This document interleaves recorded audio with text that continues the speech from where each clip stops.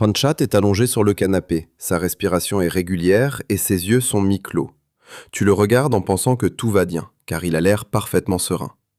Pourtant, ce petit mot, peut-être, est le plus dangereux lorsqu'on vit avec un félin. Un chat ne pleure pas, il ne gémit pas et ne viendra jamais te montrer l'endroit exact où il a mal. Il restera simplement étendu, mangera et ronronnera parfois, alors qu'à l'intérieur, quelque chose d'invisible pourrait se produire. Parce qu'il ne peut pas parler, il est incapable d'exprimer sa souffrance avec des mots. Il existe 7 signes montrant qu'un chat souffre en ce moment même, et la plupart ressemblent à un comportement ordinaire. Le 6e signe de cette liste semble si normal qu'on ne le remarque souvent que lorsqu'il est trop tard pour agir. Commençons par le premier signe, se cacher beaucoup plus souvent que d'habitude. Tu pourrais penser que ton chat est simplement fatigué ou qu'il a besoin de calme, ce qui semble naturel. Pourtant, lorsqu'un chat se retire dans des endroits clos de manière plus fréquente, ce n'est ni un caprice ni de la fatigue. C'est l'un des signaux les plus précis d'un malaise physique profond. Évolutionnairement, le chat est un prédateur solitaire, situé au milieu de la chaîne alimentaire. Cela signifie qu'il chasse tout en étant lui-même une proie potentielle pour d'autres animaux. Une bête faible ou malade dans la nature devient instantanément une cible pour les prédateurs. Par conséquent, son système nerveux intègre une règle millénaire. Si tu ne vas pas bien, cache-toi.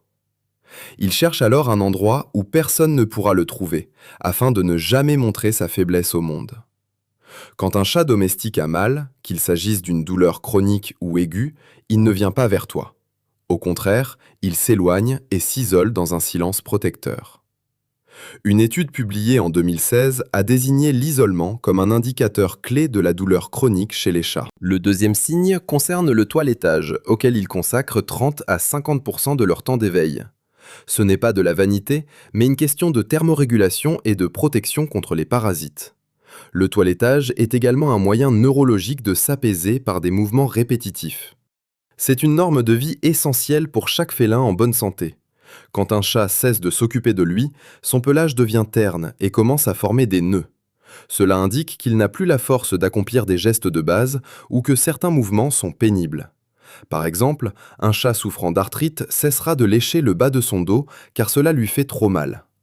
A l'inverse, un toilettage excessif menant à des plaques sans poils est un signe de stress chronique ou d'anxiété. Le chat ne contrôle pas ce processus, tout comme un humain ne contrôle pas ses tics en cas d'angoisse. Examine attentivement son pelage pour voir s'il est uniforme partout sur son corps.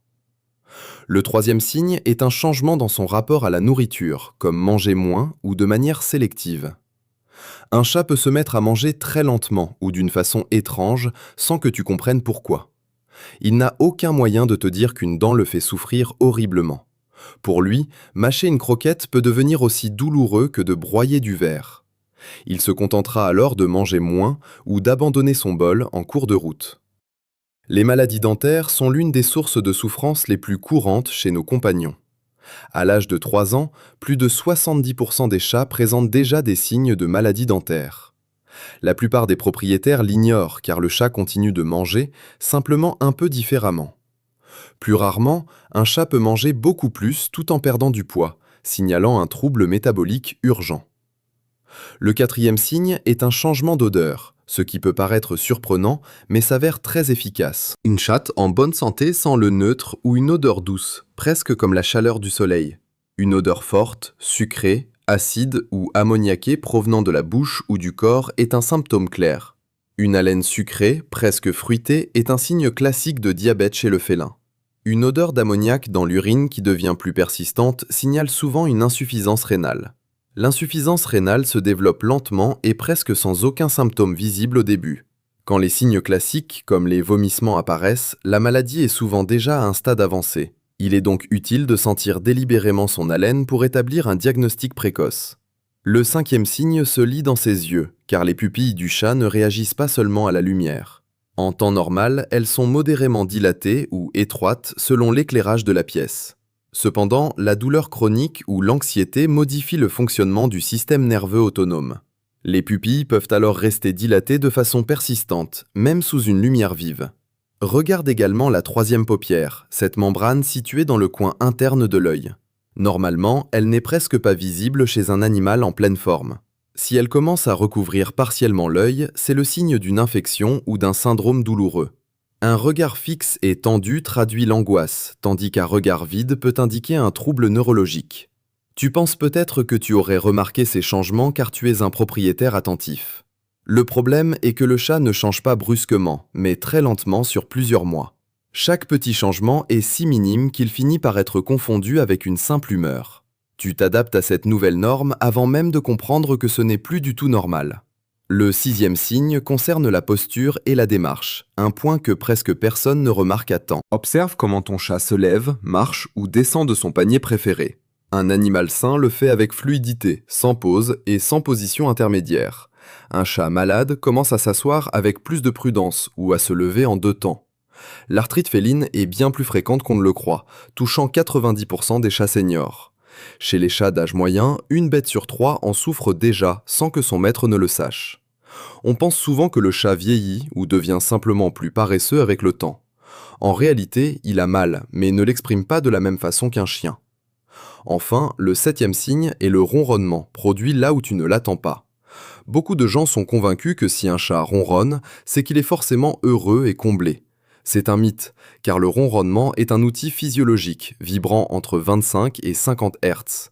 Cette fréquence précise est utilisée pour stimuler la régénération des tissus et soulager la douleur. Les chats ronronnent quand ils vont bien, mais aussi quand ils souffrent ou sont en état de stress intense. Ils ronronnent même juste avant de mourir ou lors d'une mise bas difficile pour s'auto-apaiser. C'est un mécanisme de survie qui leur permet de gérer une épreuve physique dans le silence. Si ton chat ronronne alors qu'il se cache ou refuse de manger, ce n'est pas un signe de bonheur. Cela signifie qu'il essaie de supporter sa douleur tout seul, sans demander d'aide. Aujourd'hui, prends 3 minutes pour vraiment regarder ton compagnon et observer comment il se comporte. Partage en commentaire quels signes tu as déjà remarqués chez lui et ce que tu comptes faire désormais. Abonne-toi car chaque vidéo ici parle de ce que ton chat ne peut pas exprimer avec des mots.